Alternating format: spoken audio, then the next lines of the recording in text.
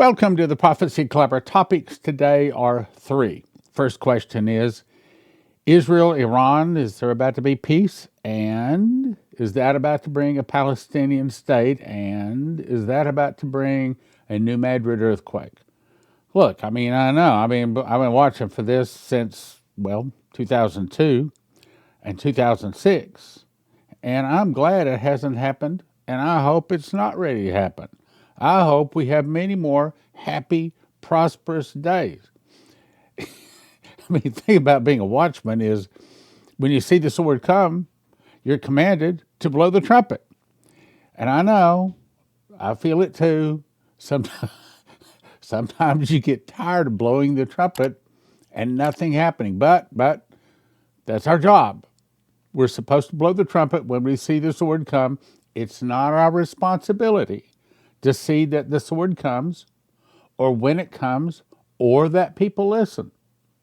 Our job, go read Ezekiel 33:6. Our job is when we see a sword, when we see a problem, we're to blow the trumpet. We're to warn the people. And if we don't, their blood is on our head. Well, I don't want any blood on my head. You don't want any blood on your head. So what do? We continue we continue to tell people that don't want to be heard. They don't want to hear this. They want to live their lives and be happy. Okay, let me know just what happens. Well, the problem is I am. Doesn't mean they're listening. Doesn't mean they're going to listen. But the day will arrive, and hopefully that day will lead them to Jesus. But many of the prophecies say, no, that's not the way it's going to happen. Okay, so let's get started. So the first big question I want to bring to your mind is, so what if? I don't like these what if questions. I wish God would just tell me what's coming. And I pray and I ask, but in his infinite wisdom, he just doesn't exactly inform me or you on everything that's going to happen. So the first big question is, what if Netanyahu is replaced? Because right now he's very much against the Palestinian state, so is Trump, and that's good. But what if he's replaced? Oh, Stan, he's not going to be replaced. Yeah, well, that's what I thought until I saw this article. This is June 25th. Trump, Netanyahu trial should be canceled and a pardon given. A pardon? You mean he's about to be arrested? Okay, here's the scoop.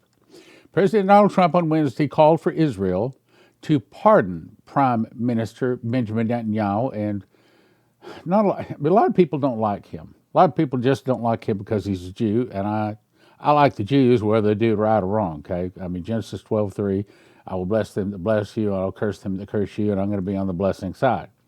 So even when the Jews do wrong, and even when they are corrupted, even when they are the shadow government, the deep state, the Benjamin or the Moloch and Baal worshippers, I'm still going to be blessing them. I know a lot of people disagree with that, but that's what the Bible says. I'm going to follow the Bible. I made a decision a long time ago. I follow the Bible. All right, so anyway, he's asking them to pardon Prime Minister Benjamin Netanyahu or cancel his trial on corruption charges. Seems that he was indicted in 2019 on charges of bribery, fraud, breach of trust, all of which Netanyahu denies. The trial began in 2020, involves 3 criminal cases, and he has pleaded not guilty. Now, the question is whether he's guilty. I don't know, and you don't either. It's just like Trump. Okay, we didn't know for sure whether Trump was guilty or not. He stood up to all the attacks. Come find out, he's president. And probably the same spirit is after Netanyahu, just like it's after Donald Trump. I don't know that for sure, neither do you, but that's a pretty good assumption. Let's go on. So the trial should be canceled, Trump says. Canceled immediately, or a pardon given to a great hero who has just done so much for the state of Israel. That is true. Okay, so he's done a lot for the state of Israel. Now, next question. What if the Abraham Accord, that whole thing that was started during Trump's first term, what if that brings peace? Well, I didn't know anything about any Abraham Accords. Have you? Oh, yes, here it is. Witkoff to Newsmax. Expansion of Abraham Accords is coming in weeks.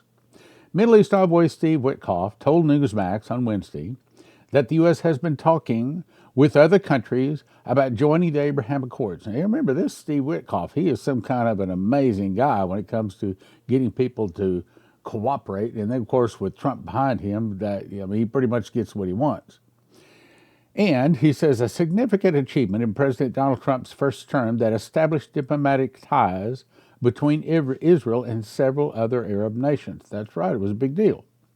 We expect to have a bunch. Really? We expect to have a bunch of announcements in the coming weeks, maybe a month or so. And that always is high on our agenda because it's a very, very important achievement that President Trump had in his first administration. And I think people that bet against President Trump are spitting in the wind. They're making a big mistake. This guy seems to be able to do the impossible. And of course, getting the Israelis to give the Palestinians a state has been impossible for, 30 years? I don't know. How long? 25 years? A long time. So, what if Netanyahu, this is a big question, what if Netanyahu is either replaced or is pressured having to do with these bribery charges, and the Abraham Accords come along, and Trump sees that his Arab buddies, Saudi Arabia and UAE and those guys, really, really want to give peace to Israel, but they're dogged that they want a Palestinian state. Now, right now, we know that Trump wants to turn Gaza into a Middle East Riviera, and I like that idea. I'd never come up with that idea. This is a fantastic idea. I mean, what really ought to, you don't want to know my opinion. When I give Leslie my opinion, she says, "Don't you dare say that on the air." But part of my opinion would be, yes, I think that's a good idea. Bulldoze all of the concrete buildings in Gaza, clear Gaza off, turn it into a French Riviera of the Middle East. That sounds like a really good idea. Much better than a Palestinian state. And then the next day we get hit with a massive earthquake from the Great Lakes opening up all the way down to the Gulf of Mexico, a big meteor hitting down Mona Island just west of Puerto Rico, sending a 400-foot tsunami up the eastern seaboard, devastating it, and then large chunks of California, from California all the way up into Alaska, fall in the ocean. Sounds to me like a much better to have a Middle East Riviera. I think you'd agree. But let me also say, this is what we're praying for. The Fast Gap team. You can go to prophecyclub.com. I never send you product offers. Ask for donations. This is only if you want to fast and pray for America. You can quit anytime you want to. It's a click of the mouse to join, click of the mouse to get out. prophecyclub.com. You slide to the bottom, sign up. While you're there, you might also sign up for Fast Track. Fast Track is praying for Prophecy Club. Fast Gap is praying for America. Maybe sign up for both of them, but for sure, sign up for one in America. Now, Fast Gap, I think, has got about, 850, something like that, people signed up for it. And then Fast Track's been going a lot longer, and it's got almost 1,500 people signed. In other words, every Tuesday evening, I come in and I send an email directly from me to you with all of the mistakes, okay? I don't have anybody filtering it. Directly from me to you saying, this is the fast, this is the prayer, these are the things we're praying for. And it takes typically, prophecy, the Pray for Prophecy Club, the Fast Track is probably 60-second prayer. Fast Gap is probably a 2-minute prayer. So anyway, we include this. We're praying that the best things happen. Just like one of the things we're praying for is that the Trump, Steve Witkoff negotiating team that is talking to Putin and Russia do not look down on them, do not talk down on them, do not look down their nose at them, try to act like they're nothing, because these guys can take out America anytime they want to. And instead, what I pray is that we will drop all sanctions against Russia and the other BRICS nations, make it easy for them to stay with the dollar, and help them to see that Ukraine is the bad guy in all of this. And also previous presidents that also have violated previous agreements with Russia. What agreements you're talking about? Well, probably didn't know this, but one of the reasons that Reagan got his Gorbachev tear down this wall, the agreement was, if you'll tear down the wall, open up and unsplit, reunify Germany, east and west, then we will promise that we will not let NATO move 1 inch further towards the east toward you. What has happened? We broke that. There's been many nations added to NATO, and we have slowly inched closer and closer. Well, Russia doesn't trust us. I mean, I understand. I covered that on a program. They don't trust us. And so they want a safety net. They want a demilitarized zone between the NATO countries and Russia. I don't blame them. Just like we wouldn't want nuclear weapons on our Canadian border and our Mexican border. We don't like them down in Cuba either, okay? So we feel the same way. So if you want to pray for America, you go to Prophecy Club, slide to the bottom, and you join Fast Gap, where you stand in the gap for America. Okay, let's go on. So he says, we expect to have a bunch of announcements in the coming weeks, maybe a month or so. We're always high on our agenda because we're very, very big in this achievement that President Trump and his first administration. Now, he says he wants to build on all of that. That's like the bedrock of all kinds of good things happening in the Middle East. That's good.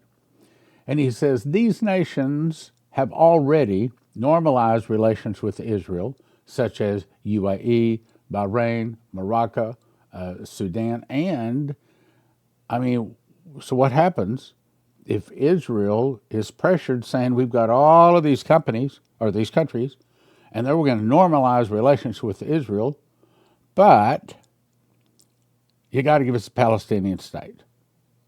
And then along comes Trump, the big arm twister. He twists it. All of a sudden, we split Israel and God splits America. I don't want to see the split of America. Well, I don't want to see the split of Israel either. I mean, I think having a Middle East Riviera is a very good idea. Anyway, so let's go on. So Witkoff did not disclose details of the countries that would be part of the expanded Abraham Accords. But he says something similar on the expansion of the Abraham Accords, saying an announcement that could be coming very soon. Okay, well, that's good news. I like the good news. But what if that peace includes a Palestinian state? That's the next big question. Okay, so what is this saying? So what happens if the bribery charges on Netanyahu either removes him or pressures him to go along with the Palestinian state, and then all of a sudden the Abraham Accords come along? We've got many nations willing to sign that, become peace with Israel, many nations, but they all stay, but you got to have Palestinian state. Donald Trump, Netanyahu doesn't like that, but what happens if they're forced into doing it? I looked at an article just moments ago. Some 70% of Israel does not want to give the Palestinians a state. Well, that's a good thing. The Palestinian state's not a good idea. But I got 12 people. Dreams, visions, audible voices, angel visits, got it all. 12 people that say that if America splits Israel, God will split America. Now let's go on. So I looked up on Grok. I've come to kind of like this. I asked it, what are the chances Israel will give the Palestinians a state? Now, it had a long answer, but this is essentially. It says the chances of Israel granting a Palestinian state are minimal, like under 10%. And I agree. He went on to say the core issues like Jerusalem and refugees remain unsolved, and yes, that's the point. So if Grok is giving it under 10%, but God told Leslie way back in 2002 it's going to happen. Now, wait a minute. So you're telling me that you're asking us to pray that Israel will not be split, that America will not split, will not give the Palestinians. That's right. We're praying that. So you're praying against a prophecy that Leslie was told and that God told you when those prophecies start coming to pass, people from all directions are going to be able to going to begin to turn and listen to your ministry. So you're praying against your ministry. Well, that's about the size of it. Yeah. Why? Because the whole point here is we don't want to see the bad things come to our nation. So understand, if it didn't happen, we've been praying, some 23 years we've been praying against it. But that's what watchmen are supposed to do. A lot of times these prophecies that we get are not saying this is absolutely positively coming. It's saying this is absolutely positively coming if you don't pray. In other words, it's saying pray. So that's what we're doing. We're praying against it. I know, but that's what a watchman does. All right, on to the next thing. So then I asked Grok another question. How did Ehud Olmert become Prime Minister of Israel in 2006 and on what date? Because Leslie was given her prophecy August the 15th. And I specifically remember the day before the Prime Minister, I couldn't remember his name at the time, he died or had a stroke or something. That's all I could remember at the time. And that Ehud Olmert had been his replacement. And the word she got was Olmert ushers in Palestinian state. She didn't see it spelled. We don't know if it's spelled O-M-E-R, as in the counting of the Omer, the 49 days between first fruits and Pentecost, or if it's Omer, O-L-M-E-R-T, as in Ehud Olmert. So I asked this. So here's what it said. Ehud Olmert became Prime Minister of Israel on April 14th. See, that's correct. I just looked this up. It was very confirming that it was April 14th, the day before, just like I remembered all the way back to 2006. He assumed the role after Ariel Sharon, the incumbent prime minister, suffered a stroke on January 4th, which left him incapacitated. Now, what's the whole point? The whole point is watchmen. We're supposed to be watching to see if there's a Palestinian state given. And we're supposed to be praying that at least Trump or America does not force Israel to give the Palestinians a state. Now, if Israel gives the Palestinians a state of their own accord, okay, not our problem. That was your decision. At least that's the way I see it. All right. So, I was going to bring more to you today about this Ehud Olmert. But as I did, I got a big yawn. I think what God is saying, this whole thing with Ehud Olmert, when it says Olmert ushers in Palestinian state, it's not talking about Ehud Olmert. I have to bring that to you. I got to bring you the truth. Just because, I don't know. I don't know what's coming. I might add, you don't either. But God knows. And so when I got that big yawn right in the middle of putting this together, I thought, okay, he's saying, no, drop the Olmert thing. So there you go. That's probably the last time I'm going to throw it at you. By the way, I've not got any confirmation that Omer, O-M-E-R, is also the counting of the Omer, the 49 days between first fruits and Pentecost, which this year expired June 1st. So, if that's what it's saying, we don't have to worry about a Palestinian state until the next counting of the Omer of 26, and I have not bothered to look up the date. Now, on to the next article. Report. Trump is naming the next Fed chair early to weaken Powell. Wait a minute. What does that have to do with the topic? Oh, I'll show you. That does fit into the topic. So Trump, as you know, in recent weeks has toyed with the idea of selecting and replacing this Chairman Powell of the Federal Reserve. He's going to be announcing Powell's replacement by September or October. In other words, he's putting pressure on Powell to reduce the interest rate. He goes on to say Trump has repeatedly urged Powell to cut the interest rates. He says this very dumb, hard-headed Powell, who's talking about, and insisted the U.S. would save billions of dollars if the interest rate were 2 to 3 points lower. That's its current. In other words, you see, when we pay that interest rate, you know where that goes? That goes into the hands of the international bankers. And who are they?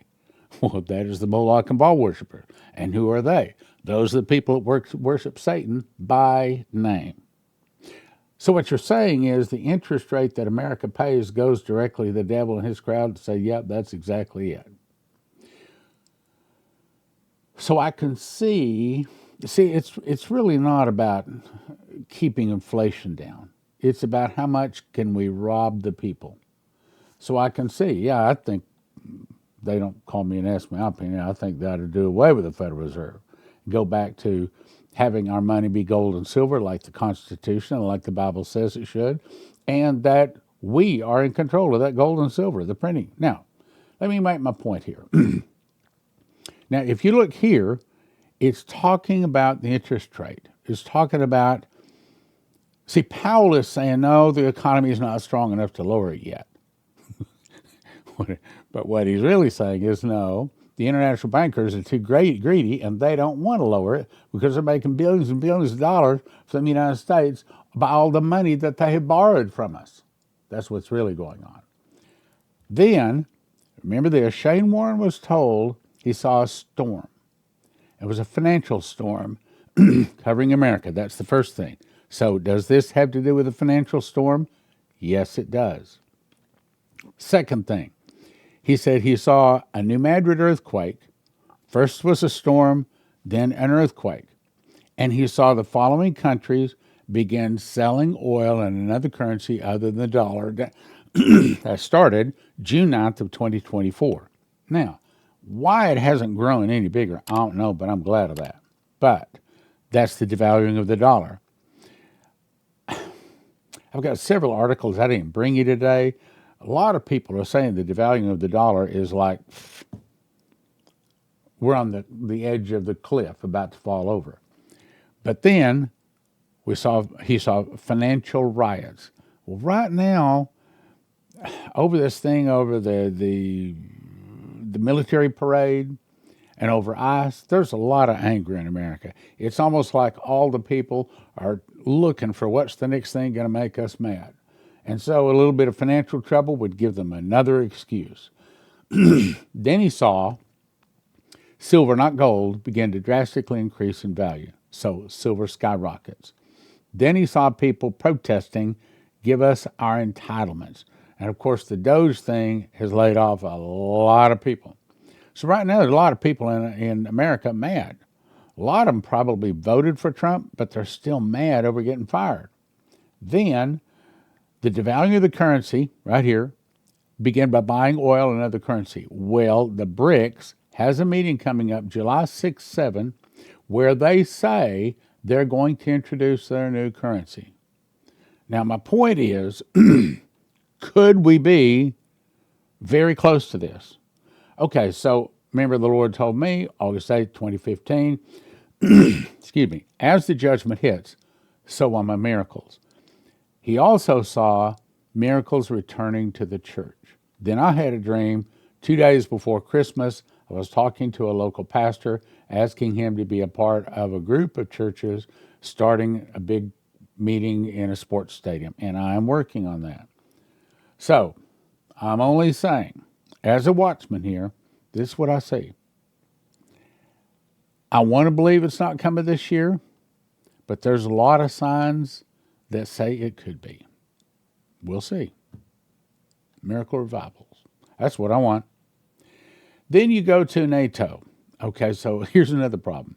Zelensky is at NATO. He's not a NATO country. He's there. He is the problem.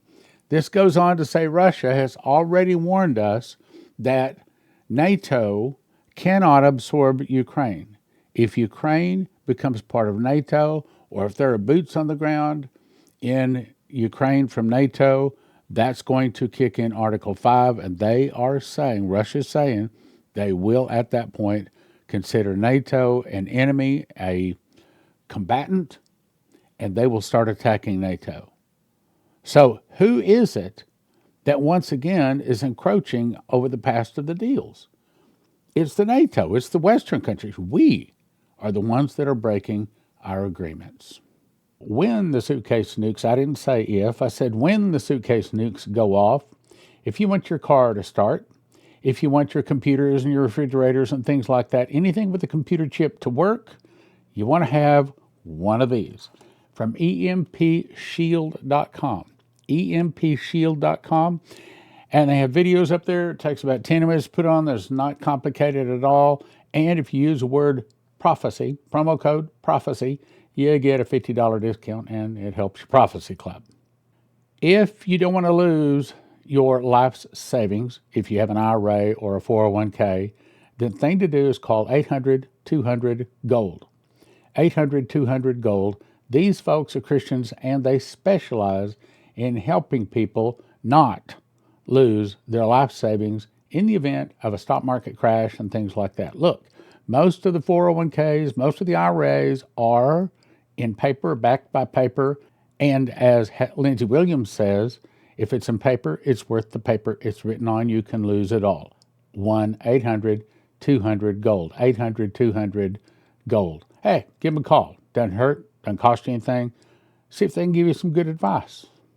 Okay, the very best offer we have ever had at the Prophecy Club is 40 books for a gift of $100. That is How Pre-Trib Won, Tribulation Secrets in Daniel, God's Warnings to America, Miss the Mark, and The Secret Door to Understand Bible Prophecy. I'll explain. As I've said many times, in 2017, I memorized the book of Revelation. I got 30 revelations, 2 visions, and an audible voice. God showed me a secret door, the word first fruits, which is found in Leviticus and also Revelation, that links the feasts to the prophecies of Revelation. And perhaps for the first time, Revelation can be understood. One prophetic word said, there's a lock. I put over a word in the book of Revelation. I'm going to open it to you. It will turn many books written on the end time message into obsolete books. That's this book. Secondly, I put together a collection of the very best prophecies from 32 years in Bible prophecy: Dimitri Duduman, Michael Boldale, Leslie Johnson, Henry Groover, Shane Warren, Terry Bennett, Maurice Sklar, Augusto Perez, Doug Metzger, Bree Keaton, and more in God's Warnings to America. Also, how do you talk to people about the mark of the beast, especially if they worship another god? Well, simple way is give them this book. It's a quick read. Takes about 3 hours to read it. But if they'll read 2 or 3 pages, they'll probably read the book. And if they read the book, they will never take the mark of the beast. It explains both the mark of the beast and also the number of the name, and it has these pictures in the book. Finally, How Pre-Trib Won. This book explains the truth about the rapture. It gives 4 foundations for the real truth about the rapture. It also answers 25 pre-trib questions, 1 for $20, each one of these typically, but don't do that. We offer them in shrink-wrap sets. The very best deal is go to prophecyclub.com and get the entire 40-book set for $100. I didn't cover every verse in the book of Daniel, didn't need to. I just covered the verses that has to do with us end-time saints. And it's called Tribulation Secrets in Daniel, 1 for 20, 10 for 30, 20 for 50 at prophecyclub.com. Hello, I'm Stan. And I'm Leslie Johnson. And we want to invite you to the PHD, the Prophecy, Healing, and Deliverance Conference. So I hope you'll come from September the 11th through the 14th. We have 6 seasoned ministers, 10 sessions, 2.5 days. I'm going to be speaking on Mark of the Beast, Dangers of AI, and the new timing of the rapture. And I'm going to speak on how to get ahead spiritually, close those spiritual doors, and the role of the prophet. Lou and Sunhee Deliverance Ministries are going to be speaking on healing childhood experiences, what is eating you, spirit of infirmity, and yes, they will be doing deliverances. Yes. And then Pastor Kate and Jonathan will be speaking on relationships. We hope to see you there.